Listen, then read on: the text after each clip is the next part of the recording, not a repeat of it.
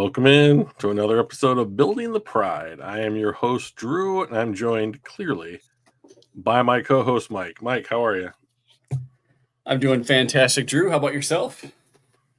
I had a day, bro. So we don't really have anybody in stream yet, so let me tell you this story.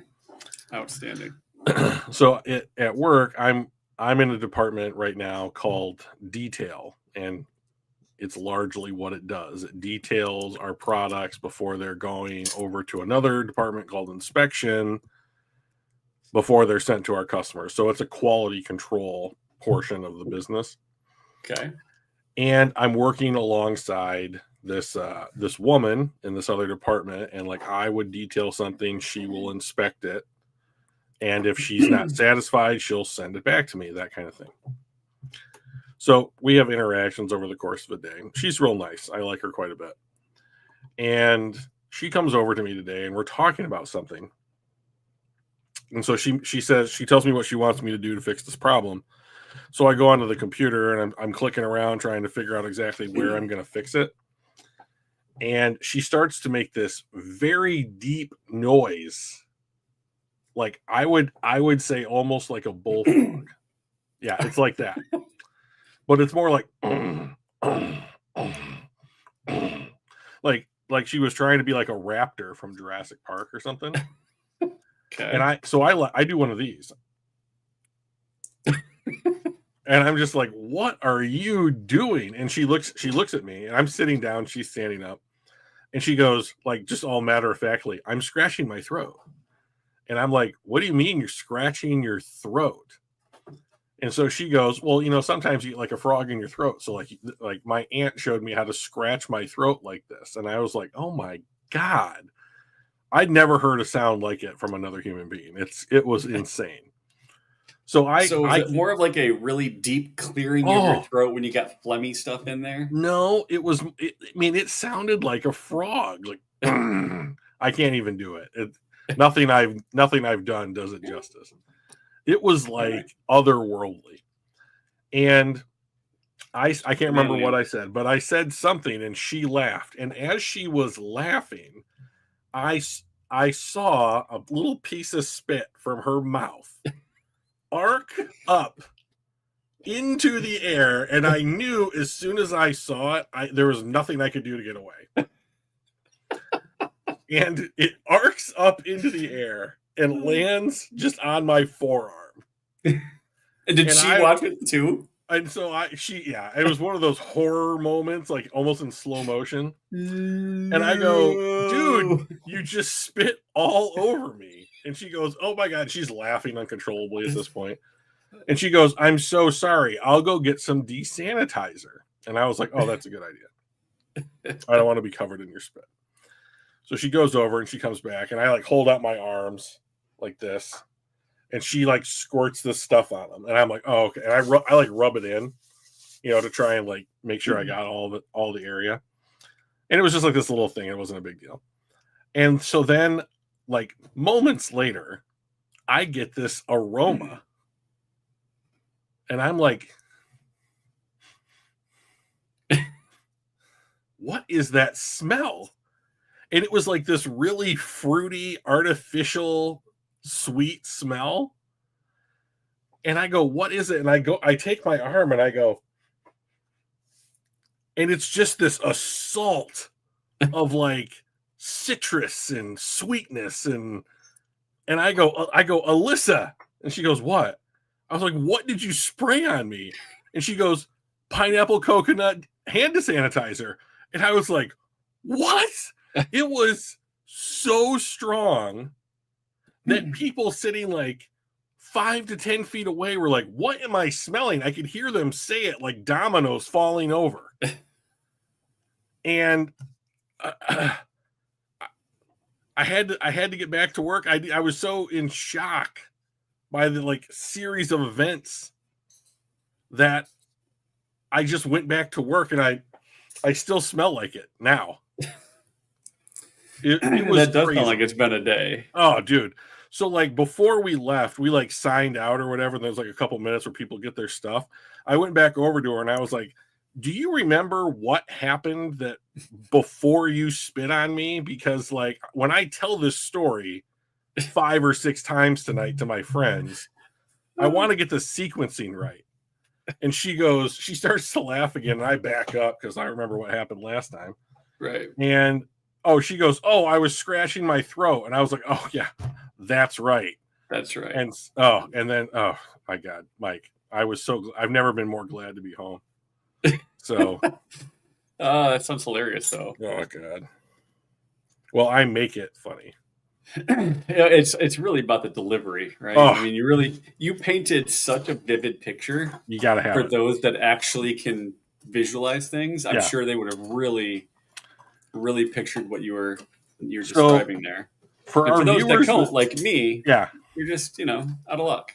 So for those of you at home that don't know, Mike has an affliction where he effectively he does not have the ability to view things in his mind's eye. So like if I said, picture SpongeBob SquarePants right now, you can't do that. Black and white TV static. It's all I get. So like when I can think of them and I can call up an image of what SpongeBob SquarePants looks like, and Mike can't. Yeah. So if I can tell a story and get Mike to laugh at it, I'm winning. That's true. Mike got to laugh and got the joke, but I'm the winner there. So close, Brian. Aphantasia, like Fantasia the movie, but like A in front of it. So real close to that. But yeah, I'm not sure if it's an affliction or like I don't know exactly what it is. It's just a thing. And I am visually broken and barren inside. So if you can get me to follow all of that in such a way, you've done a good job. I'm the mayor of comedy, so it's a population 1, but I elected myself forever, so it's good. Unanimous. It was unanimous. Even after. Well, let's talk football though, right? So let's do that. a recall. You got to recall yourself. I don't want this job anymore. There were some inconsistencies in the voting. So hanging chads. Yes. Is it a help if you have kinds of friends try and get you to picture awful things like the guy I grew up with? Oh, well, I wouldn't say. I mean, the kinds of awful things that I get Mike to picture would be like watching him play Magic the Gathering, or I can't even really think of anything else that we do that I can poke fun of you at. But but that's a big one. I'm pretty great at everything. So he's so good at everything else. Yeah. In fact, one of the best things about me is my humility. Yes, you're the most humble. You're the most humble. Yeah. Yeah. Understood. So, let's talk some football. Now, I hear your wife laughing in the background, Mike. Yeah, she is. She's laughing for sure. Oh boy! Word of the day: aphantasia. Yep. The inability to visualize internally. Which apparently some people don't have an internal monologue. I don't know what that's called, but that's the thing that kind of blows my mind. It's called silence. Glorious silence. So, but you wanted to talk about football at some point today? Might as well talk about football. Where do you want to start? I did not get a chance to watch the preseason game against the Dolphins. So I'm curious if you got a chance to watch it and what you thought of the game. Well, I subscribe to NFL.com. So I have the opportunity to watch every football game, preseason, postseason, regular season. Same. I just haven't done it yet. Films has. So I did watch it. I watched the condensed version so I can get through it in 45 minutes. And it was a football game. And I think that there were some interesting things, like, for example, Grant Stewart, the linebacker, has been returning kicks most of the preseason. I think that's interesting. Like, he's very athletic. I don't know that I would. I think that he's doing it largely to develop a backup kick returner in case the primary one, Khalif Raymond, can't return kicks for some reason. So mixed results, but that dude looks like a lion. That's the thing about the preseason that I would say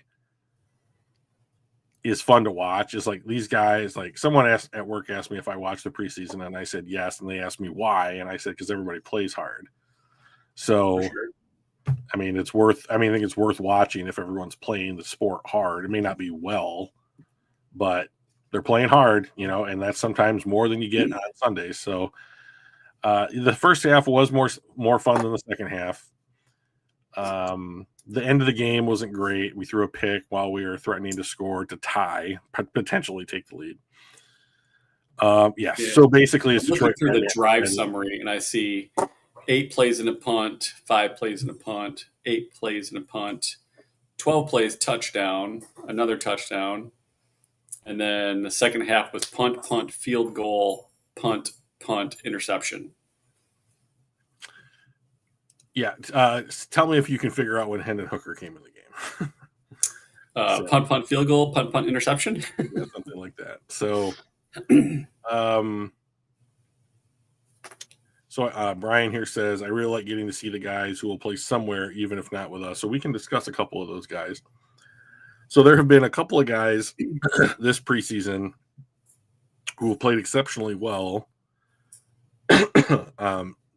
Mostly the guys I'm talking about are Nate Lynn, defensive end, and Jackson Meeks, wide receiver. So the wide receiver depth on this team looks pretty solid. You've got, of course, St. Brown and Jameson Williams. Those are your 2 starters. And then you're going to have some combination of Tim Patrick and Isaac Tesla. That's 4. Then you have Khalif Raymond. That's 5. And then you're probably going to have the kid they drafted from Georgia, Dominique Lovett, as a primary special teamer, wide receiver 6. And they only kept 4 wide receivers on the roster last year, but they could keep 7 this year. And, hey, Mike. Yeah. Never mind. So I would be surprised if they keep 7 wide receivers because 2 of them are core special teamers. But Jackson Meeks has played so well in the preseason that I don't know that you can really leave him off the roster. So this is in 2 preseason games. Jackson Meeks has 11 catches for 176 yards and 2 touchdowns.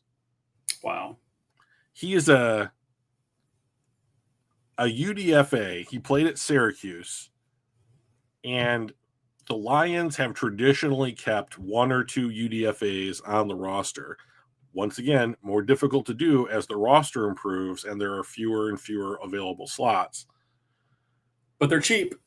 So if you can find somebody that is borderline with somebody else and they're a UDFA, I mean, the contract may be a tie-breaking decision piece.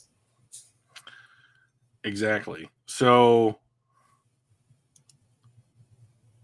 I think I would not mind if they kept 7 wide receivers, largely because I just kind of want the depth. Like Jackson Meeks in the 2 preseason games has run every route imaginable. So he's not locked into a specific route tree defining his position. So he can effectively back up X, Y, and Z wide receivers. So I'm pretty happy with keeping him as a special teamer who, if the worst should happen, can fill in anywhere. And then you can keep the other 2 guys at wherever they're best suited.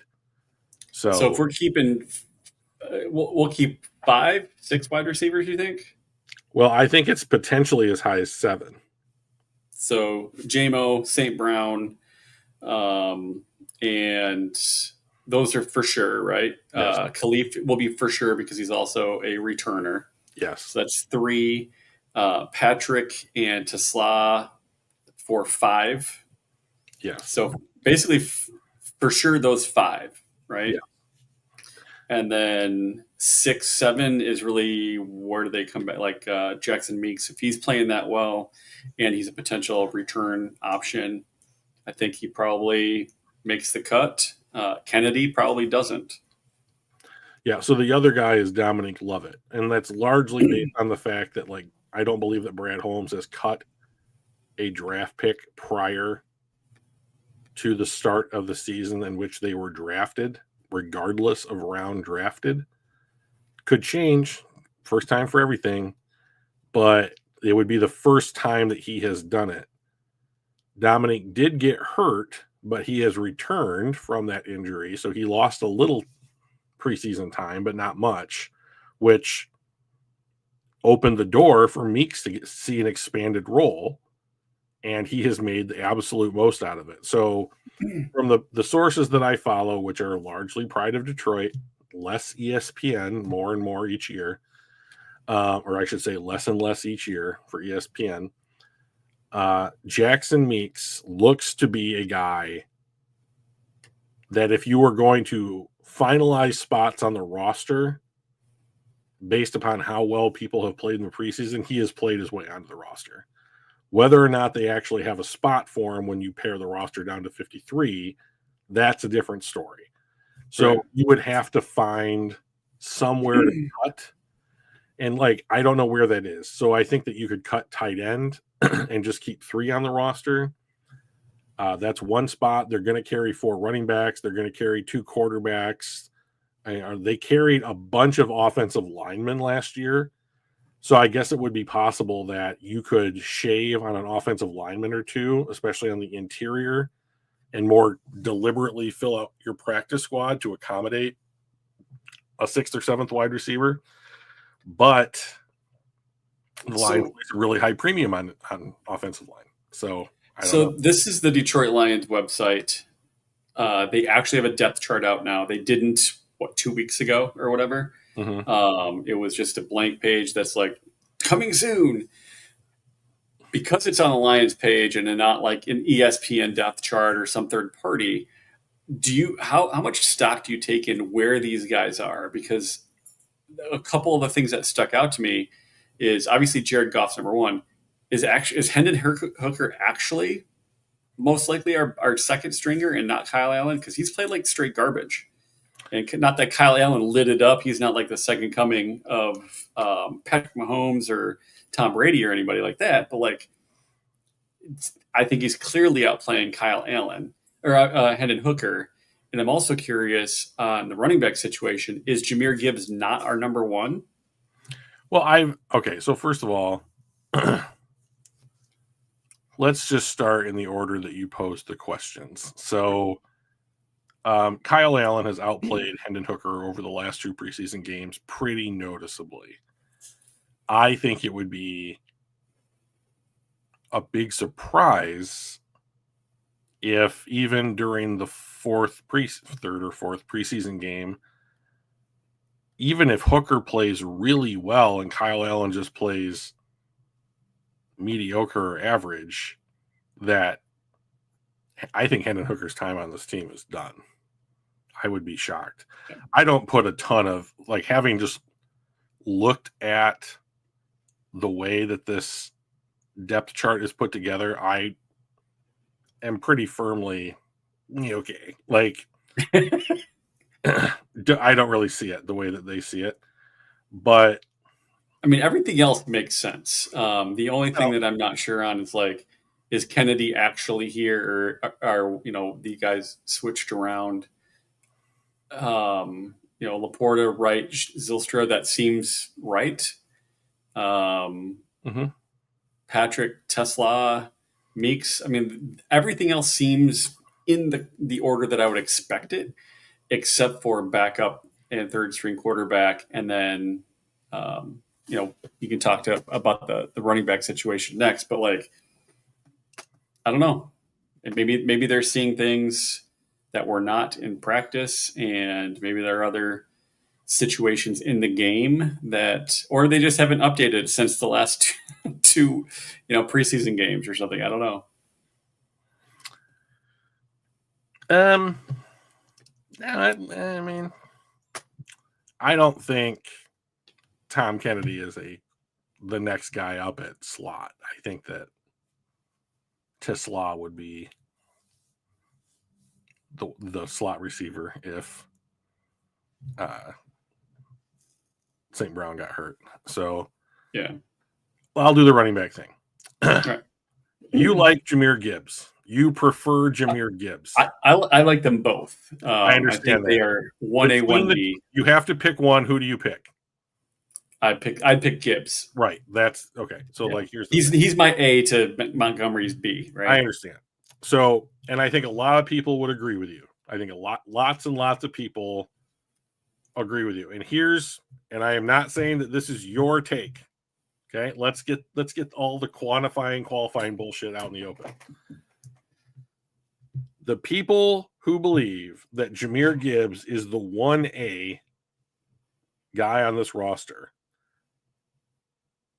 to me, do not prefer the meat and potatoes, 3 yards in a cloud of dust type of running back that David Montgomery is. Right. Even if they like him. So here's the thing. I will die on the hill.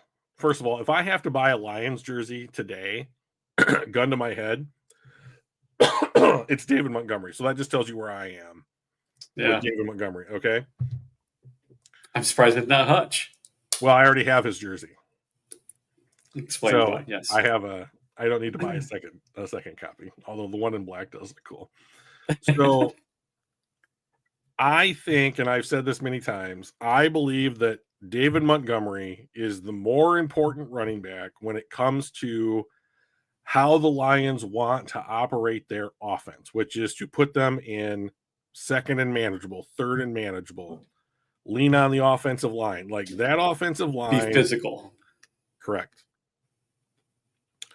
That offensive line and that running back is peanut butter and chocolate. That offensive line is going to blow defensive linemen off the ball, open holes. David Montgomery, and this is a fun fact, when he was in college, Bijan Robinson, who was, drafted at 4 by the Falcons and is, the next Adrian Peterson kind of hype, broke the NCAA's single season missed tackles record. The record who Bijan Robinson broke belonged to David Montgomery. David Montgomery is very good at making people miss at least their first tackle attempt, largely because his legs look like giant chicken bones. He just has drumstick legs. He's a ridiculously put together human being. Yeah. And he always falls forward, which, as a fan of Michigan football, I prefer running backs so that when they get hit, they fall forward because they're close to 6 feet tall, and that's another 2 yards. I believe that David Montgomery is the more important running back for setting the Lions offense up. And we're just going to get 4, 5, 6 yards at a time. And just allow us to do the things we want to do when we're in the right. So if they're at the 50, that's when they want to take a shot to J-Mo running down the sideline. Right. You can't do it any deeper because Goff really can't throw that far very accurately. So once they're at the 50, they can take a shot. St. Brown is David Montgomery is to the running game what Amon-Ra St. Brown is to the passing game. He's just a chain mover. Yeah. I like that because I think that a sustainable offensive model based upon moving the chains and getting first downs is more effective than an offense that's based upon generating big plays, 20-plus yard plays. Now, the Lions want both. So that's why you draft Jahmyr Gibbs, right? And Jahmyr Gibbs has proven to be a more physical runner than I originally gave him credit for. And he is certainly explosive. Hey, Rumble. So I don't differentiate between. There's no reason to rank these guys. They are the only pair of running backs in the NFL who are co-starters in every sense of the term. It's just about what's the situation in the game, where are you on the field, what's the down and distance, what kind of play call do you want to put out there. Yeah. Are you setting things up for later, or are you later where you've set things up, all the whole kit caboodle from a strategy standpoint, right? Exactly. So, I mean, like, David Montgomery does have speed sufficient to break away from people. It's not Jahmyr Gibbs' speed. Like, I wouldn't be surprised if Jahmyr Gibbs was the second fastest person on the team next to JMO. So that's difference-making speed. So that's why he's out there.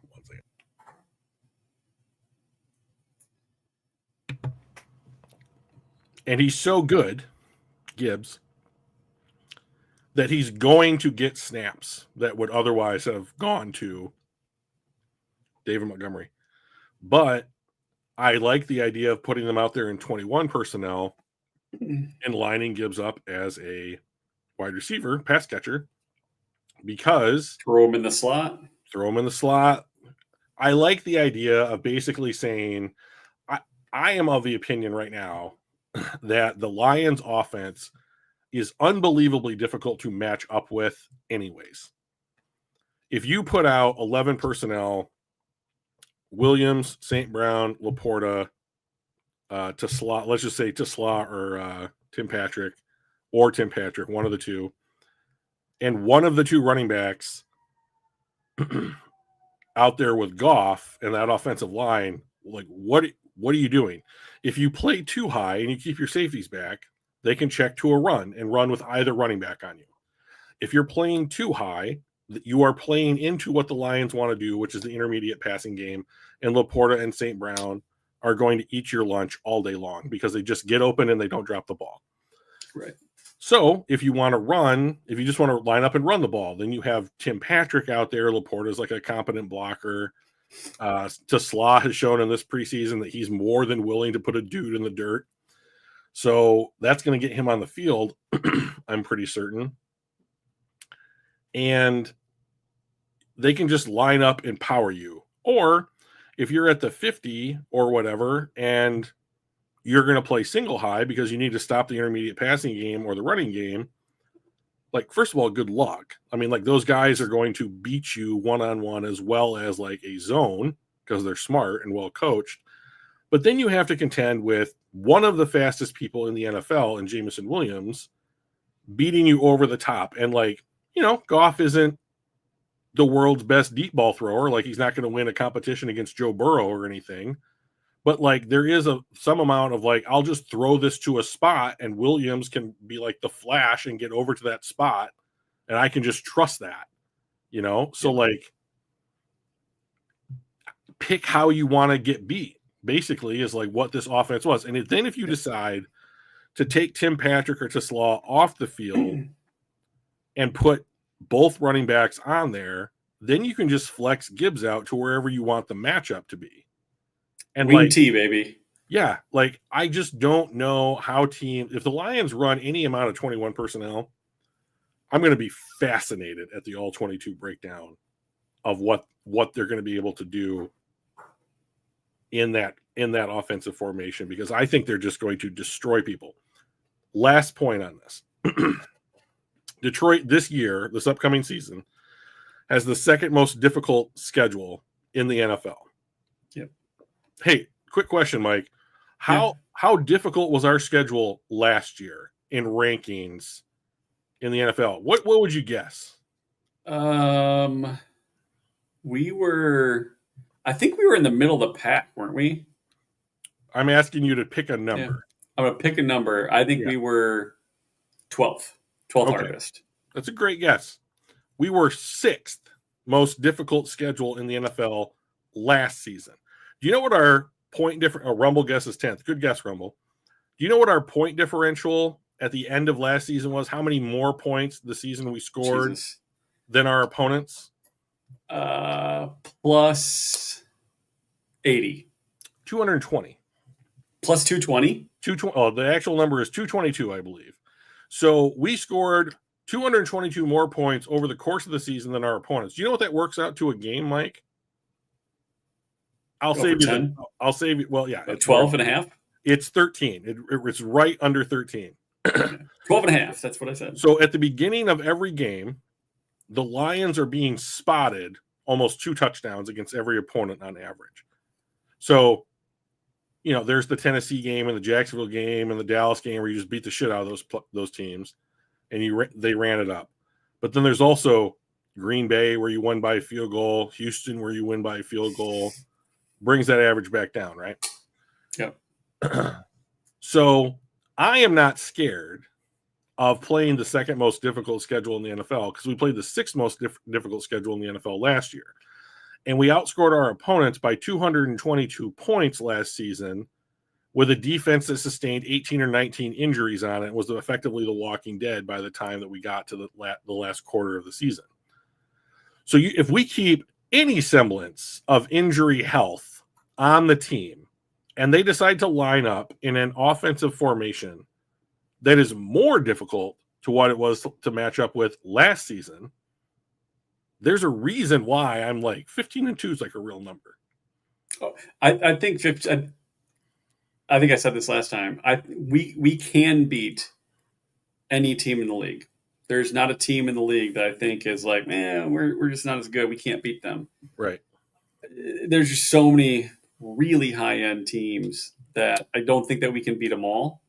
In the course of a season, like just the odds are we're going to lose to a couple of those guys because they're also capable of beating the other 31 teams in the league, right? So if there's 6 of those, and if we split with those 6, it's only a 3-loss season. But to your point on the defense side of the ball, out of the 6 most injury-plagued defenses since 2001, so 24 years, we had the 6th most man games lost to injury. We were the only one to make the playoffs. We were the only one to win their division. Obviously, none of them got the first seed like we did. It was pretty impressive what we were able to do with so many man games down top 10 in a whole bunch of areas. So it's I'll be hopefully, it's one and done. And I mean, if you look at this list here, nobody revisited this list. But I think our defense is just going to keep getting better, which, to your point, should increase the differential again, right? Because they wouldn't have scored as many last year if we didn't have 86 and a half games to injury, right? And like, even if you expect some kind of offensive regression, the coordinator turnover, meh. And like, the turnover on the interior of the offensive line, meh. Like, yeah, I mean, if they have a 222 point differential again, like, how is this team not? So they don't win 15 games. They're winning the division and probably a 1 or 2 seed in the playoffs, right? So, I mean, like, fine. Dan Campbell came out and said, I think it was last week, he was like, we were too focused on the 1 seed, yada, yada. And I was like, I don't think that you were too focused on the 1 seed at all. I think you were completely focused on getting the 1 seed, and that was as smart. You should be, yeah, right? Like home field all the way through the playoffs, getting a bye week, all of that, especially as injured as we were, it was super important to get that week off. It just I think turns out that we laid an egg when we did come back. Yeah, I will be interested to see what we do against some of the better teams with these 2 new coordinators, but I'm also thrilled for it. They could be really good, Yeah. Ben Johnson wasn't a household name. Aaron Glenn, people knew him from his playing days, but he was a defensive backs coach in New Orleans, and like he got a chance to be a DC in Detroit. So I mean, like, the 2 coordinators we lost and everyone's terrified that we lost about, like, they grew those guys. Yeah. So, Mike, I'm going to need you to vamp for about 1 minute while I go get something to drink because I'm losing my voice. Right on. Well, what I'll do is I'll throw this right back up here. And kind of looking at the defensive side of the ball, like I think most of these things are pretty well in order as well. There hasn't been anybody I thought, well, these are outside. Branch and Kirby Joseph, I think they're the best 1-2 punch at safety in the NFL. We've got some depth in there with Strickland and Norris. Hopefully Norris can come back. I know last I saw he was in concussion protocol from his injury. I think we've improved to Rumble's point. Our secondary is scary. Terry and Arnold, he was a rookie last year. He's got another year in him. Of experience. We've got Amik Robertson at nickel. We've got DJ Reed, he's a top 16, top 18 cornerback, in his own right. I think our secondary has dramatically improved, both with experience and free agencies. And, adding, getting just guys back. Rodrigo is listed there as third string, but my guess is that's mainly because he's still injured, as far as I know. So when he comes back from injury, he probably bumps up to backup, probably sits in front of Grant Stewart. But overall, I think we've got look at these guys, like one of the best at his position, one of the best at his position, one of the best at his position. And Marcus Davenport. Plus one or two people that, possibly the top two at their position, one of the best at his position. I think our defense is scary, especially, considering we had so many, we still finished in the top 10 in defensive points allowed, our success rate, EPA, like all of that stuff. So I'm excited to see what our defense can do, hopefully while healthy this year, right? Because we were top 5 in defense throughout the first probably 10, 11 games before things really started stacking up, and we still ended up in the top 10. Breaking news. Ooh, Mekhi Wingo returned from injury today. This is enormous. This is enormous because Ali McNeil's hurt. We don't know. We don't have any idea when he's coming back. It might be the whole season that he's lost. Probably not. He's probably going to be back. He's probably going to miss 8 to 10 games at least. Okay, so then Tyleek, who's played more of a nose in college at Ohio State, is going to be the 3-tech to start the season. All right, that was going to be Levi and Uzurike, but 3 out of 4 years, 4 out of 5 years on Uzurike has been lost for the season. Unfortunate. So, what was your depth at 3-tech going to be?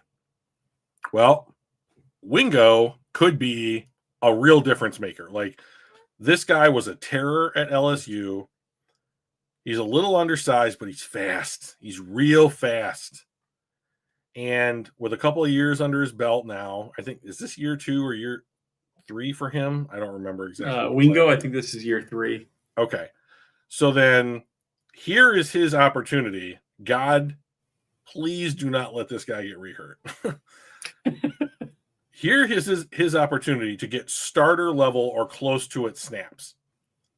Because the guy that's the future of the position for the Detroit Lions at 3-tech is out right now.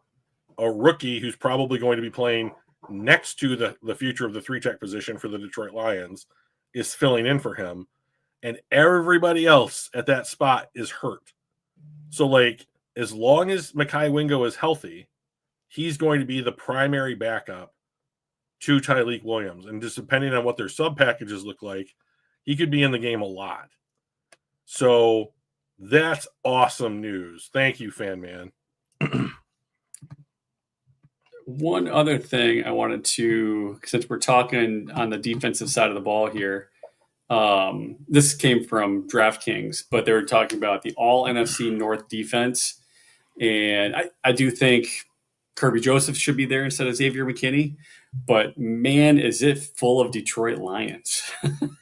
Look at that. We've got, even without Kirby in there, we've got 6 of the 11 spots.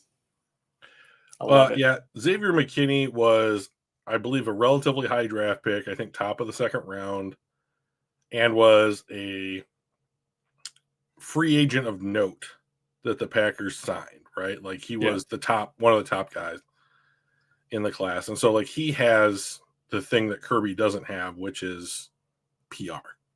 So he's more of a household name. Like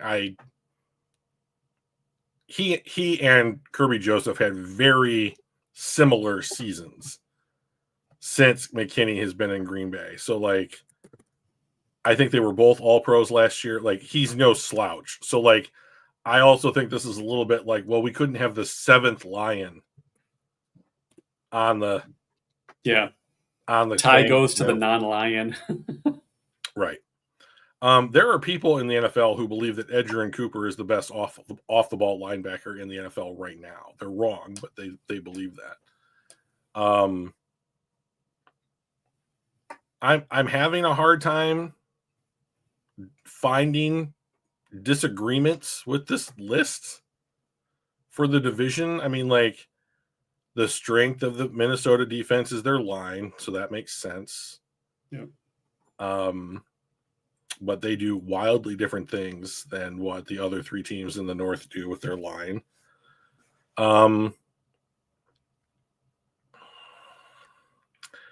I think that listing Tremaine Edwards as an off-the-ball linebacker is interesting because I believe he lines up at Mike for the Bears.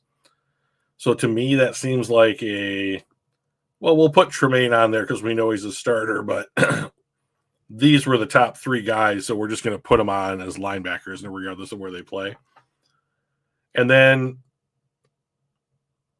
yeah, I think that I'm okay with the corners. But yeah, I think that I prefer Kirby. I mean, that guy's hair is ridiculous. I mean, like, I would prefer Kirby on that list. Plus, like, Xavier McKinney said some things that made me be like, dude, you are just a straight bitch. You know, like, I just don't like him as a player. And that was probably because he's a Packer and he's super cocky. But like, yeah, no, I'd rather see Kirby Joseph on that list. Yeah, we have an embarrassment of riches on defense. And to be honest, if we looked on offense, I think we probably have quarterback, right tackle. Well, until he retired, we would have center. Yeah. Wide receiver one. Well, a wide receiver because JJ's in the division, right? So JJ would be one. St. Brown would be another. I'm not sure who would be wide receiver 3. Would JMO be there over? No, it's the guy from the Bears Jordan that they got Addison from the Panthers. No, it's whoever that wide receiver for the Bears is that they traded for when they got it's not Keenan Allen, was it? No, it's the other guy. Okay. Yeah, I think Allen's not with them anymore. I'm looking him up right now. DJ Moore. Yeah, him. Thanks to Fan Man. Yeah, so DJ Moore is unbelievably underrated as a wide receiver in the NFL. He's great. Like, I don't know if you guys remember, but Detroit didn't have the greatest secondary. And then as soon as DJ Moore got into the Bears, there's like 2 or 3 plays a couple seasons ago where he just runs by the cornerbacks, like, and they're just like, I don't know if they thought that they were passing him off to a safety. Doesn't matter. Right.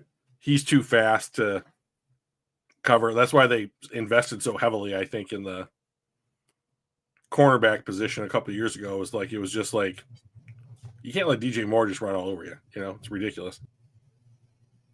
Yeah. He was the only thing that kind of kept him in that game as long as they were in that game. And I agree with Kenny. I think we will be just as good offensively. Regardless of the turnover that we've got, I think we'll be still real solid. And to be honest, one of the nice things about the turnover is you don't have the tendencies, right? So what is the tendency of this new offensive coordinator? With Ben Johnson, you could look back at tape. With this guy, there's nothing really on tape for him in our offense. So that'll give us a little bit of an edge potentially as well. Yeah, John Morton has come out and said, if it's not broke, don't fix it. We're looking to do similar things, than what we were doing. And like, more than Morton, I think that this offense now belongs really to Jared Goff. And I wouldn't be surprised if at the end of the season, like this time next year, we were reading articles about interviews where it was like, so like we deferred to Goff, or Goff said this, or Goff, we let Goff call this in the huddle, or whatever it is. Like, I think that whatever Ben Johnson designed for Jared Goff now belongs to Jared Goff, and so Goff's like, this is what we would have done. Right. And if it's like Jared Goff doesn't want to run maybe all the trick plays that Ben Johnson ran or called or whatever, but like, fine with me. I mean, that stuff's great when you're up by 21 points, and I'm happy to do it. But you can only stumble bum once, right? Right, exactly. Like, I would rather just stick the ball in the end zone and just crush and put my boot on my opponent's throat day in and day out forever. So like, if you just cut out all the like fun, happy, like get the people off their butts, like cheering kind of plays, I'm just more than happy to cheer for Amon-Ra St. Brown catching a 7-yard out that just puts us on the 5, like, okay. So happy to watch it. Yeah. Bore me to tears straight to an NFC title victory, like let's go, I'm happy. I'm all about the W's. So yep, I feel you. Can we go back to that depth chart on the defensive side, please? Yep. There we go. Okay. So Agude's going to get cut. I'm real confident that Agude's a practice squad guy and not a 53 guy. So I do think now, especially now that Hassanin is injured, he's torn his labrum, and he's probably going to miss significant time. I'm pretty sure that means Nate Lynn is making the roster. So I think that the edge rushers are going to be Hutchinson, Davenport, Pascal's hurt, Al-Qadim Muhammad, and Nate Lynn. Those are your 4 primary edge rushers. Interior, Tyleek, DJ, Lopez, Wingo, O'Connor are the guys that I think are going to get those spots. If they keep a 6th one, I would be surprised. But Broderick Martin's getting cut. The Cards defense is going to be great. They drafted Will Johnson. Duh. Never heard of him. Shut up, Mike. And then, of course, the linebacker core, I think, are too deep across 3 positions. And then we've talked about how scary we think the secondary can be. And not to mention that, like, they have good backups now in Rock Ya-Sin and Avonte Maddox that the Lions went out in free agency and specifically targeted for what they do and who they are right now. And they added some youth in there as well. So, like, I think that the Lions want to be good in all 3 phases. And I think when I look at it, it's hard for me to say which phase is the worst or the best. I think the offense does seem to be closer to being the best unit that the team can field. But, like, I don't know. Like, I think the defense has closed the gap. Yeah, I'm looking forward to meaningful football, meaningful to the fans and our playoff aspirations. Preseason is very meaningful for all those bubble people, those bubble players, right? But which is why, I mean, I've got NFL Plus as well, and I just haven't. NFL Plus, right. I have not watched the Dolphins game. I couldn't watch it live because I was traveling, and then once I got down here, I'm like, do I really care? I don't really. If it was on, I would probably, I wouldn't turn the channel, but it's not something I'm going to go out for. I have been watching the newest Hard Knocks this season with Buffalo. Yeah, that's been pretty solid. I'm liking Josh Allen more and more every time I see him. Seems like just like a good dude in general, and obviously incredibly talented. I think there's a push. Maybe this is where everyone's tired of Patrick Mahomes. But there appears to be a push now that Josh Allen is the best quarterback in the NFL and certainly the most well-rounded quarterback in the NFL. Like, he leads the NFL. I believe he led the NFL in rushing yards from the quarterback position last year. The dude has an absolute cannon for an arm. And he did the one thing, the last thing that he really needed to do to, I think, like surpass Mahomes from like a on the field play perspective. And be nice. And Win the MVP. well, he cut down on the interceptions. Yeah. He'd make a big time throw, 20 plus yards. He'd throw a pick. Make a big time throw a pick, 1 for 1. And this year, he didn't do it. He had like 5 picks. If that's the norm for Josh Allen moving forward, he's unbelievable. So he just had, I mean, the problem is getting the team to win playoff games and Super Bowls for him. Like it's an unbelievably high bar. You know, not everybody gets to do it. So not really sure if he's going to, but like considering how unlucky the Bills were under is it Everett? Jim Everett? No. Who was their quarterback in the 90s? Jim. It is Jim. It's Jim something. Jim Kelly. Yeah, Jim Kelly. Is it Jim Kelly? Jim Kelly. 4 straight Super Bowls, 4 straight Super Bowl losses. Yeah, like if there is a team who's not Detroit that I wouldn't mind seeing win a Super Bowl this year, it's the Bills, because, and I don't say this lightly, like that fan base has earned it. I mean, like, I mean that fan base should get one. I mean, they would appreciate it. I'm really big on small market teams, so I'd be happy for the small markets out there. Yep, from the ASC, I would like to see either Cincinnati or Buffalo for the same reasons.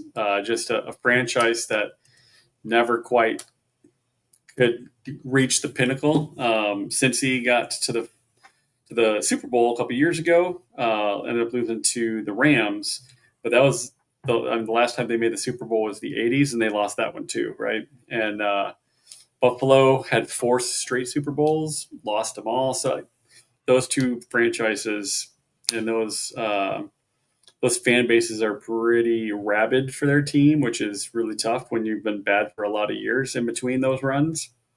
So if it's not the Lions, my number 2 team, obviously, in the West is going to be the Rams. So I'd like to see Stafford win one, just not at our expense. And on the AFC side, I'd like to see both Burrow and Allen win a Super Bowl. So if either one of those guys won it, I'd be fine. When Joe Burrow plays for a team outside of the state of Ohio, I'll be happy to root for him. But I'm not rooting for him so long as he's playing for any team in Ohio. So I'll just stick with Josh Allen, and my number 2 obviously is like Lamar Jackson, like who I've loved watching for a long time. Yeah. So, and I'm appreciating him more. Good. I love the way Joe Burrow plays. I just hate who he plays for. That's fair. Yeah, I was not a big fan of Lamar Jackson from he's a running back that sometimes throws the ball okay, and he has kind of flipped that on its head, and he's like, hey, look, I can actually throw the ball well as well. So obviously he's a good scrambling running quarterback, but the last couple of years he's really thrown the ball, thrown it well, good placement, good accuracy downfield, like good decision making. I think he's changed the last 2 years compared to the previous couple. Well, Mike, that makes me real happy to hear you say that. I'm still not rooting for the Bengals though. So we do have 2 quarterbacks and the 2 teams in the NFL who have named their starting quarterbacks. You know who they are? Indianapolis Colts have named Daniel Jones. Who's the other? Joe Flacco in Cleveland. Congrats. Cleveland. Yeah. So I'm not surprised that Cleveland went with the guy. Like, I mean, he's gunning for records at this point, like with how old he is. He's the only guy with real experience.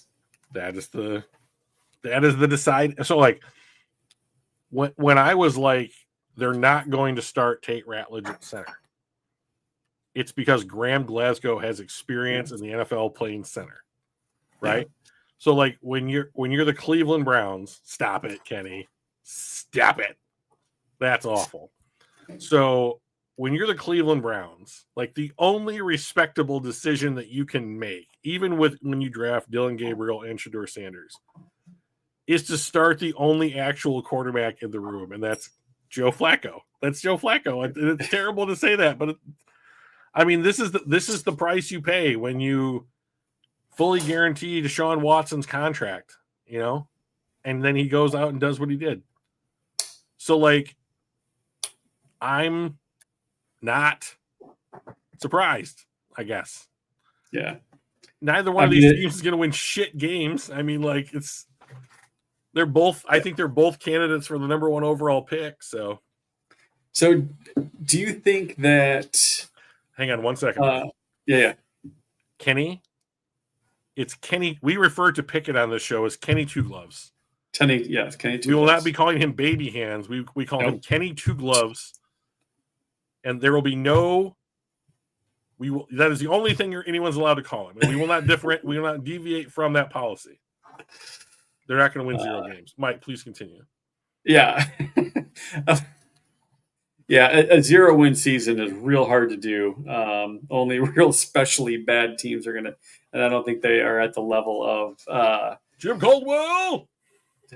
Man, the thing is, we had a couple games that were in our grasp. I remember a game against Minnesota that right at the very end of the game. I think that's the one where we went to tie it up and we botched the extra point snap or something like that to tie it or maybe win it, and then we lost. I don't know. I remember the Vikings game was should have been a winner, but anyway, with Cleveland, so they've got Flacco starting. Mm-hmm. Are they going to be keeping 3 quarterbacks on the squad then? Right, they're going to be keeping Sanders and Gabriel. Yeah. Tyler Huntley will be somewhere else. They're not keeping 4, right? Right. Do you think either of them get meaningful snaps at any point during the season? Only if Flacco gets hurt. Only way. Yeah. Only way. So, like, the problem is neither one of those guys. We're going to wait until get his jersey retired for a year or 2, right? I mean, Cleveland should have drafted none of them. So, I mean, like, so Kenny brings up a legitimate point. Like, can Flacco make it the whole season? No, probably. My guess would be no. Like, he's not young, right? And their line, which used to be an absolute strength of that team, has gotten a lot worse over the last 2 years. And so that is usually a terrible combination when it comes to the health of a player, especially a quarterback. So, yeah, if you have 2 quarterbacks on the roster, you don't have any. That's the actual saying. But like, you're right, fan man. Like, this is effectively a derivation of that idea, which is that they took Dillon Gabriel, I don't know, somewhere like the 3rd or 4th round. I think it was a day 3 pick. And then Sanders was just there. And like, the owner has come out and said, I didn't even want to draft him. Right. I didn't even want to draft Sanders. And the GM just took him because it was too much value. He is playing well this preseason. For the preseason, he's 14 for 23, 138 yards, 2 touchdowns, no picks, and an 82.1 overall offensive grade. So that's not necessarily anything because it's preseason and he's playing against other people's backups and everything else, right? Playing with backups and against backups, but at least he's not completely scrubbing out. We're not erecting any statues or retiring any jerseys yet, but he hasn't embarrassed himself. He has not. My issue with Shedeur Sanders is that he's just a slightly more athletic Jared Goff. And I don't know that you can make that work on a bat. I mean, Cleveland's defense is good. Cleveland's defense is really, really good. The problem is that they have nothing on offense. Like if they had a decent offensive line and some running backs, I would say, yeah, you could probably play good defense, try and win like 10-9 or whatever. But that's just not what the NFL is anymore.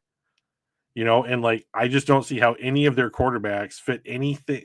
Like which of their quarterbacks most closely fits a quarterback model that you have seen success with in the NFL? Dylan Gabriel is slightly bigger.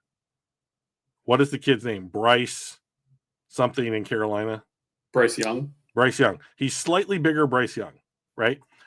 Shedeur Sanders is slightly more athletic Jared Goff. And then the ageless one, Joe Flacco. Kenny Two Gloves is not making the roster. So, I mean, like... Is Pickett even on the team? He hasn't taken any preseason snaps. We have 5 quarterbacks on the roster right now. He hasn't taken any preseason snaps. He's hurt. Oh, okay, that's right. I was like, that's why I forgot that he was even on the team. Right. So, I mean, like, that's the thing. Like, Kenny Two Gloves, his superpower is that he makes you forget that he's on the team. Right? It's like, oh, he's on the team. Really? Pickett? Us? Oh. So, in my opinion, Cleveland simply doesn't have a starting caliber quarterback on the roster. So, I don't know that it matters that you start Flacco or one of the kids. But if I was going to start one, I'd start Gabriel because he's played like 60 games in college. He's the closest thing to being a prepared NFL starter that they have on that roster that is shy of 30, So like I would go with Gabriel, but like he has a hamstring, so like you can't play him. I want to talk about Daniel Jones. Okay. The Colts team that he's playing on this year is the best football team that he has played on in the NFL, and it's not close. The Giants were horrendous when he was there. Yes, they're very bad. They're very bad.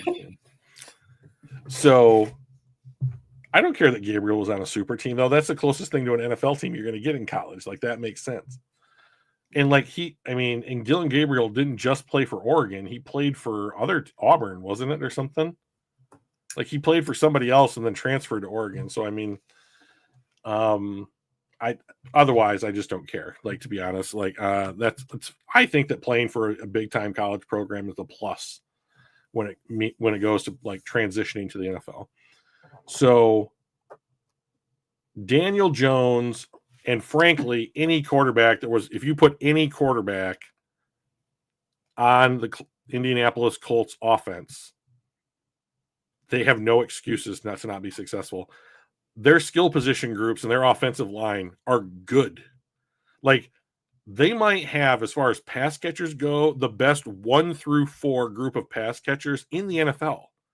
Do they have the best pass catchers at any particular spot? No. Do they have an all-pro or even a pro bowler at any of those spots? No. But like, Michael Pittman is good. Josh Downs is good. A.D. Mitchell I think, can be good. The kid from Penn State, Tyler Warren, I think is going to be good. And like, they have a real solid offensive line. I would say they have a top 10, somewhere in the top 10 offensive line. And the kid, Jonathan something, help me out. Football's been a minute. Jonathan Taylor, is that it? Their running back? Running back? Yeah, Taylor. If he gets us just a taste of what he was 2 years ago, they're an unbelievably scary offensive unit. And I don't think their defense is bad. I think it's mediocre. But like, Daniel Jones is in a position now where he has their to just defense, go ahead. By the way, was the 9th best graded defense by PFF last year. Interesting. Yeah. So let's say there's a little regression there, and they're like the 14th best defense in the NFL, right? Yeah. And now they finally have, like, I think that Daniel Jones' upside is something like the 12th to 18th best quarterback in the NFL. His ceiling somewhere. If he's reaching his like physical and mental potential, playing with those groups of people and like the offense is working as designed, I think that he can be at the end of the year per PFF somewhere between the 12th and like 18th highest rated quarterback in the NFL. And if he's somewhere like 15 or 16, this team probably wins their division or gets a wild card berth in the playoffs. So where do you think that their run game ended up last year? 19th. 30th. Okay, so really, really bad. It was surprising because they've got a really good running back. Yeah. Their pass blocking was 11th. Their run blocking was 5th. And yet they had the 5th best run blocking unit and the 30th best running game in the NFL. Yep. That's hard to do. That's right. Because he's no slouch, right? He's a good running back. So I found that interesting as you were talking about this. I'm like, oh, let's start starting to see where they're at. Like, holy shit, they got a 5th best running back or run defense, 11th best pass, because we were talking about the line, right? I'm like, okay, good run, good pass. Where's the running game? Scroll. What the hell? Yeah. So that's weird. That's a weird bunch of stats. That's like, okay, like let's get some UDFA or free agent running backs in here to like try out. Kind of, we could use a second or third stringer, you know. Since we're talking Cleveland, though, sure. We would be remiss if we don't talk about their best defensive player, Garrett? Trey Hendrickson. That's Cincinnati. Well, it's Cincinnati. Sorry. Yeah, they're both orange. Come on, man. Give me a break. Nope, they're orange. Here's the worst part. Cleveland is orange, and they don't even know it. Yeah. They somehow chose the worst color of the 2 worst colors to be their mascot. Yeah. Yeah, the Cleveland Browns are orange. Weird. Yeah, so I'm... That was a terrible transition. But anyway, I want to talk about Trey Hendrickson. I just totally got the teams wrong. I don't know if you saw it, but there was a video. I'm going to add it to the stage. We'll play it. Where they interviewed Brad Holmes on the potential for trading for Trey Hendrickson. So audio should come through. Tell me if it doesn't. Mm-hmm. You have been known sort of to build your team through the draft, but you come from that picks Sneedy vibe. Absolutely. There is a window here. Yep. Any thoughts on adding? Yeah, I mean, we're always staying open-minded, and again, we're always going to do the best thing for the organization. But that was me and Dan's vision and plan from the get-go, is build through the draft, like you said. These guys here that are coming up next, but and that's why we've been able to stay consistent, is building through the draft. But no, we're not scared. Like, you know, I learned a lot from Leslie and I'm just wondering if you're like clearly waiting for your moment. Yeah, I mean, there's always a time to strike, and if it comes, you know. We have never, I don't think we've shown a time where we've been scared to really do something or make a move, but it's always going to be just calculated, and, you know, there's got to be a little bit of strategy behind it. Back-to-back 17+ sack seasons interesting to you, Brad? Well, I mean, sacks are good. An obviously. Edge, potentially? Yeah. The world wants to know. Sacks are good. You know, sacks are good. we have a pretty good one now. There we go. We love to hear it. Mm-hmm. All right. So kind of curious what your thoughts were on that. I saw that earlier. The audio didn't come through for me, but I saw it earlier. What were your thoughts on what Brad was saying? He's lying through his fucking teeth. They're not open to it. They're not going to make a move like that. You just don't say it out loud. Like, right. You do it through your actions. Like what he means and says is done through like his actions. And we have enough of a sample size now with Brad Holmes. Like, he does not want to sacrifice day 1, or I would even say day 2 picks for quote unquote proven NFL talent. And like, the other thing is that the salary cap doesn't support trading for Trey Hendrickson. Like, it just simply does not support it. First 2 things you have to do is you have to extend Hutch and then JMO, right? So Hutch for sure. They picked up JMO's 5th-year option, so he's on the team next year regardless. So if you want to guarantee him 12th overall pick money next year, neat. But then your cap is fucked. So like when they picked up his 5th-year option, I'll die on the hill that they re-sign him. I think it's likely, but I think if you're like, well, only one of them got re-signed, then it's touch, right? The Rams did what and got a Super Bowl? Traded for a quarterback? No, picked up a top defensive player to try to get him over the edge. Who was it? Von Miller was the big guy that they got at the trade deadline. But they got him at the trade deadline. They won a Super Bowl. No, but they went all in, I think is what he's saying. Okay. They did let. Yeah. I know that you are a proponent of going all in. The problem is that Brad Holmes isn't. Right. And he's the guy that makes the decisions. So like, oh, for sure. The Lions do not have the cap space. And Trey Hendrickson does what Aiden Hutchinson does. So I don't know. I feel like I'm so frustrated. Zadarius Smith, Trey Hendrickson, dudes that get sacks. They play the position that Aiden Hutchinson plays. Marcus Davenport is a different kind of edge defender than those guys. The guy that they want across from Aiden Hutchinson is a Marcus Davenport. None of the people who the Lions have been tied to for a guy that plays across from Hutch do what Marcus Davenport does. So unless there's a complete change in defensive philosophy, Trey Hendrickson is not a fit on this team for a plethora of reasons. You're going to have to trade a day one pick probably, or multiple day 1 and day 2 picks to get that dude because he's led the league in sacks, yada, yada. He's a really good pass rusher. Okay, he wants an extension. Your cap doesn't support it in the way that you have been planning. And like the thing that I have been hearing lately about most NFL teams is that they plan their cap out 2 years in advance. So unless the Lions have been planning their cap out 2 years in advance to absorb a position-leading contract that they just added on top of everything that they're going to plan for, then he doesn't fit the model. And he is a redundant player at a position where you already have one of the top guys in the league and philosophically does not do what they want their defense to do on the other side of him.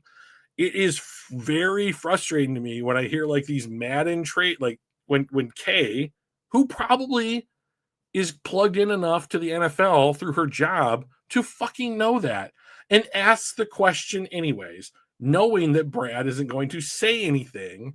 Let's be like, no, we're going to actively try and trade for Trey Hendrickson.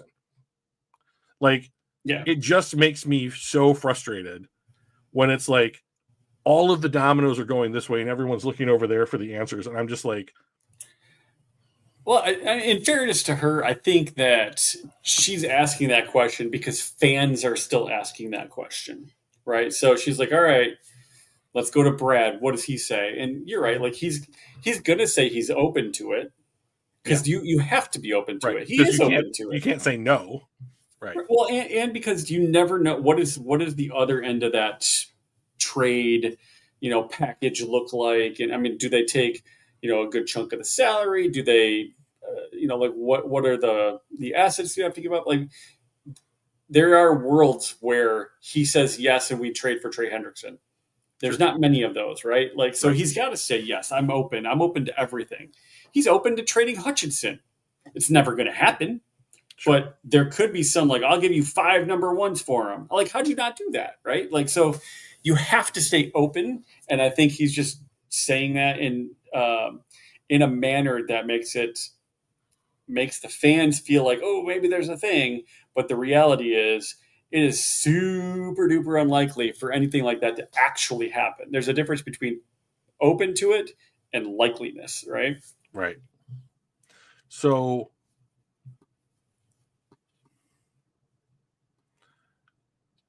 I don't believe so. Kenny here in chat is floating the idea of like make that move and then recoup the picks by trading, a guy that's heading into a contract extension.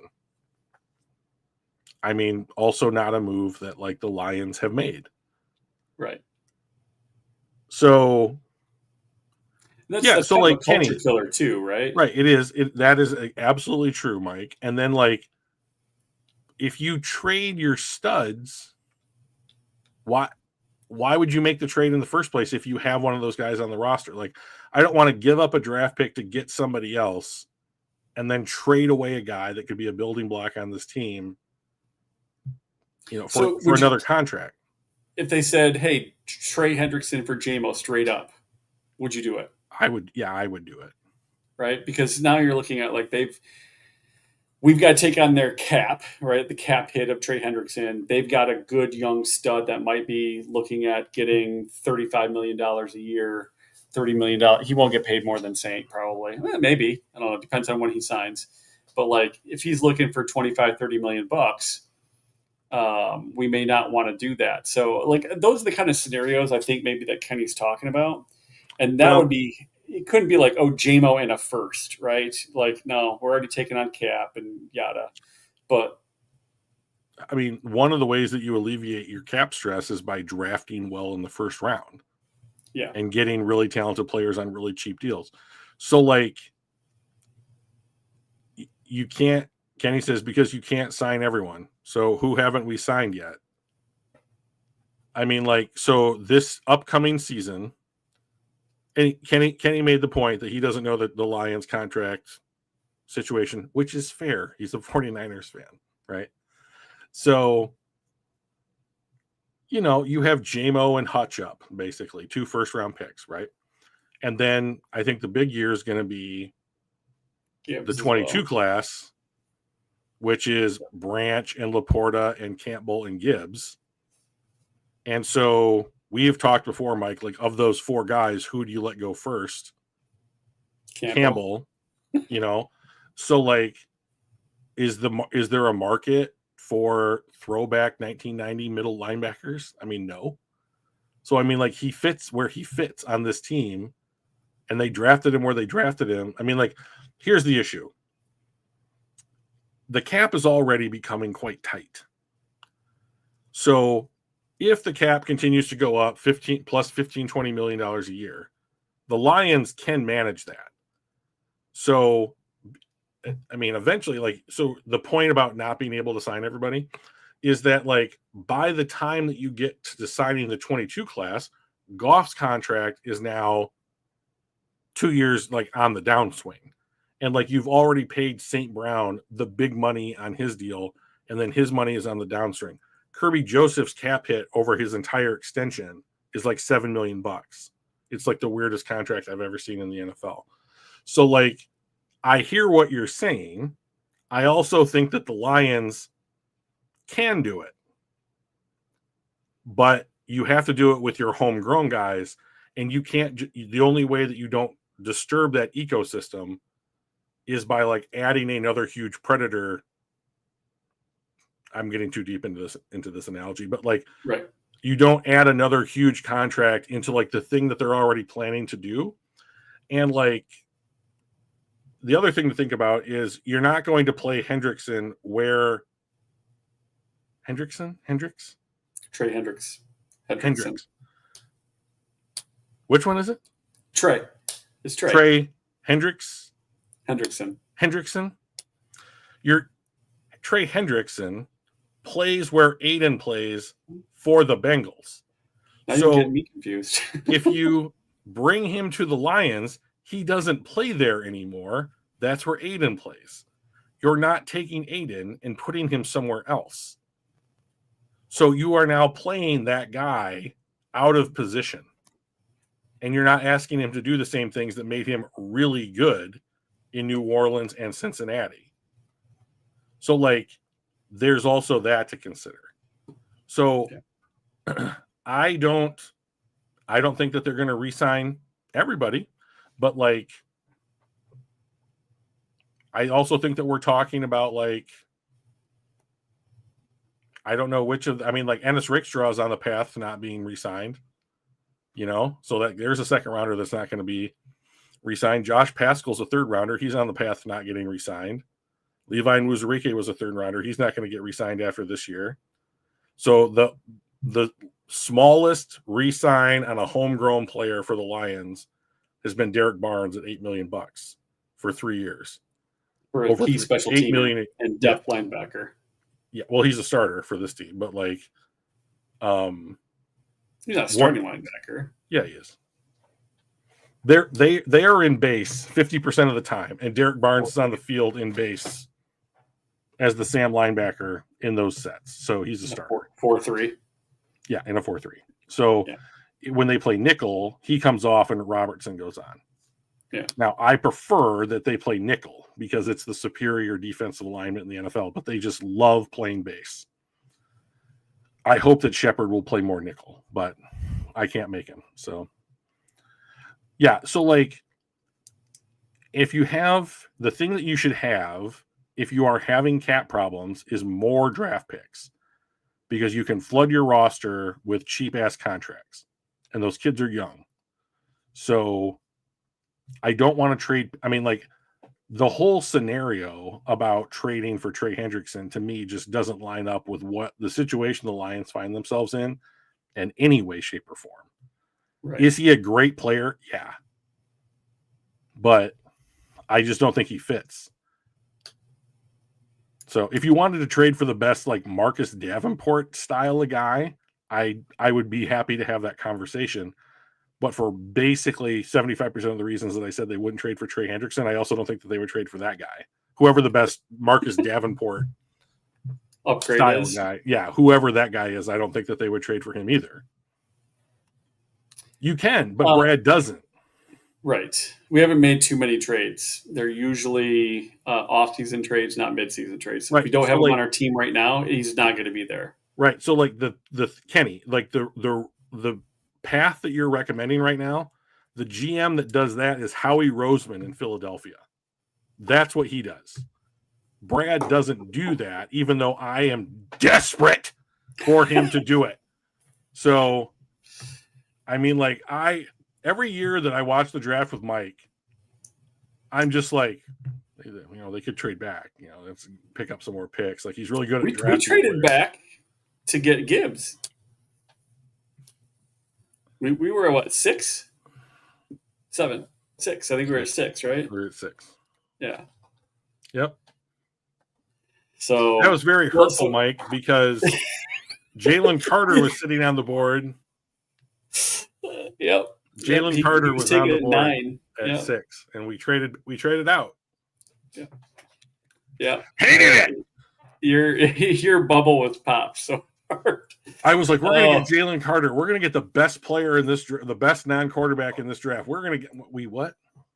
Arizona? What? Yeah. What? I was really unhappy. So yeah, and then we were able to pop right back up and take a linebacker after taking a running back, and we were just like, listen. I've had cancer, and I've ripped the tendon off the bone, and I was more shocked with taking a linebacker at 18 with Brian Branch still on the board than either of those other two scenarios. After taking a running back at 12, I was so done. And it wasn't fun anymore. Like the last 14 picks were just not fun anymore. Oh yeah, I remember that. So it was. Oh God. All right, so next week. What is that other? What was that kid's name that joined us this last year? Hayden. Sorry. Hayden. Brian's son, Hayden. Yeah, I'm hoping that he shows up next year. He was fun. Yeah. Well, yeah, a little bit more prepared. Yeah. Well, hard to be as bad as I was, and I was as prepared as fuck. So I mean, like, you had a really rough I was time. awful.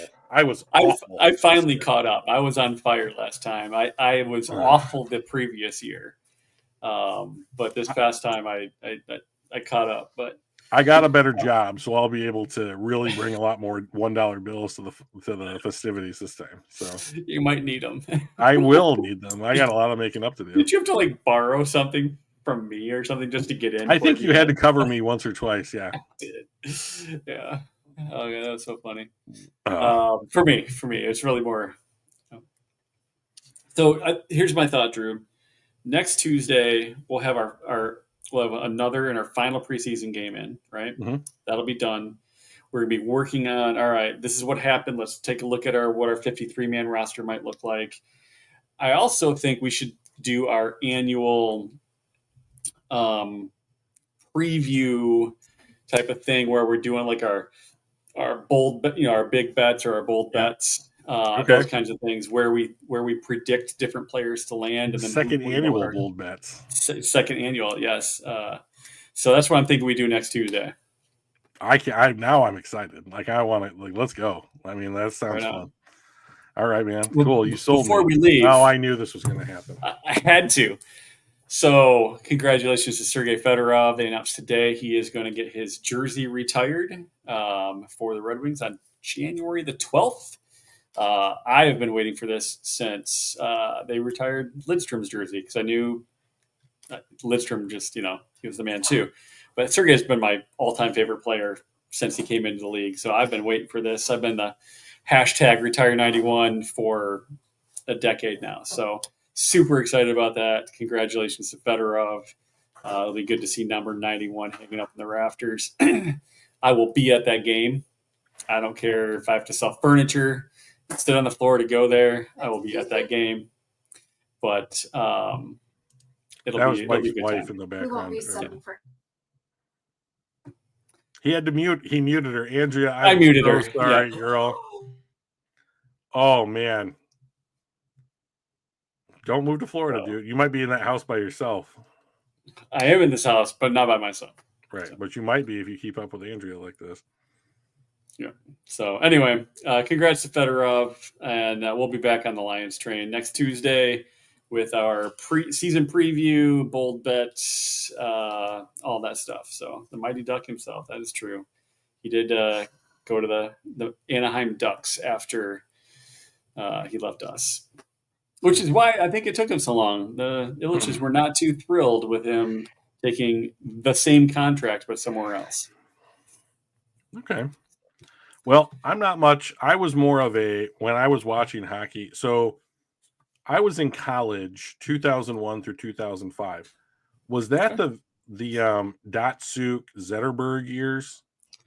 So in 2002, we won the Stanley Cup against Carolina Hurricanes. Datsuk was a rookie that year. Okay. Zetterberg was a rookie the next year. So that was the beginning of the Datsuk Zetterberg era of players. Have you ever seen? There's like a trend online where in NHL, like because I clicked on some NHL stuff, so now I'm in those circles. But there is a trend. There is a trend where people watch Pavel Datsuk highlights for the first time. That guy was unbelievable when playing hockey. I love the guys that can really stick handle. Yeah, those guys are wizards. Absolutely fun to watch. And like I was watching that game, one of the few hockey games I've watched on television, where he I think he either had a breakaway or was in a shootout, and he cuts across the goalie and just almost goes like 90 degrees to the side. He comes like dead at him, and then right 3-4 feet in front of him, he kind of slides to this, off to the right, and the goalie goes down. He just flips it up and over. Yeah, hockey is a wonderful sport, and I wish it was more popular in this country. Because some of the things that those guys do will just be making me like, what did I just see? And that happens sometimes in football, but mostly with what's the kid's name in New York, the wide receiver, Garrett Wilson. That dude for the last 2 years has made a catch that I'm like, I think that's the best catch in the NFL I've ever seen in my entire life. So I'm ready for him to do something just ridiculous this year with Justin Fields. So, Datsuk was my son's favorite player. Fedorov was always mine, and I think Datsuk is probably the third best Russian player I've ever seen, behind Fedorov and Ovechkin. And super nice guy. I met him, got some autographs from him. Never met Fedorov, which is a real bummer. But well, since we're doing other sports, before we go, Michigan got banned. The last 5-star recruit yesterday Well, no, today's Tuesday, and Savion Hyder, number 1 running back in the 26 class. So I'm pretty excited about that. I thought you were going to talk about their sanctions and fines. And oh no, the NCAA is a joke now, and what they did was they fined Michigan money, $20 million. Right? Ooh, like that's a university with like $1 billion endowment. You find them $20 million. That's nothing. Yeah. So that's right. Jim Harbaugh, if he wants to coach in college again, he is welcome to do so starting in like 2038. Hang on one second. I just want to Google something just real quickly. It's going to take me just a second. He is 61. He is so when 61. he's about 80, he can. I mean, the oldest coach right now in the NFL is Pete Carroll in Vegas, right? And he's in his 70s, somewhere in his 70s. But like, I mean, it absolutely was a slap on the wrist. Like, it wasn't even a slap. It was like, don't. You know, so like, in the indictment or whatever, this judgment or whatever, the NCAA handed down, they didn't even name an actual rule that Michigan was supposed to have violated. So like, no. So here's the issue, is that Connor Stallions is the guy that the problem is named after, but he apparently hired people to go and like take video footage on their phones. You're not allowed to do that. So the rule says a coach can't do it. It doesn't say anything about a non-coach. So he got around the rule, right? So Michigan is being fined for breaking the spirit, if not the letter, of that law. So, gotcha. You know, like Penn State got way worse. You know, like they got scholarships taken away, and they basically said that everybody could transfer with no penalty from the program in an era when the portal didn't exist. So that was a big deal. Yeah. You know, and it's because, you know, Jim Harbaugh has been in the NFL. This will be like his 3rd season in the NFL, or the 2nd season in the NFL. Like, again, like the problem the NCAA has is that they can't do anything quickly. So what they wanted to do was punish Jim Harbaugh. What they wanted to do was punish Joe Paterno and Joel Sandusky or whatever. And Sandusky died and Paterno retired, and they can't get him. So they punished the university, and like none of the people that Penn State, none of the people that had to deal with the punishment that Penn State got were still there. Penn State fired them all, or they went to jail. They took away all the accolades from all the players that achieved and like the stuff. Yeah, that's a what you did was you hurt the players, and like that's my problem with the NCAA is that like they, in order to appear to have the authority to like regulate and manage the game, which they do not have, they come down really hard on the institutions when what they want to do is punish, in these 2 cases, the coaches, and they can't because the coaches have left. So I mean, like I have zero respect for the NCAA, in which I'm almost convinced that some amount of the Power 5 conferences led by the SEC and the Big Ten will secede at some point in my lifetime and form a different athletic organization outside their realm of control. Yeah, I think so. And just run college football how they want to. So whatever, you know. Yep. They didn't vacate our title because they're never going to do that shit again. So because they don't have the power to do it. So they don't want to make anyone that upset. Yeah. All right, man. It was good talking Lions. I'll catch you on Tuesday when we have our fun episode, our final before the season shindig. Sounds good, man. All right. Take care. See you guys.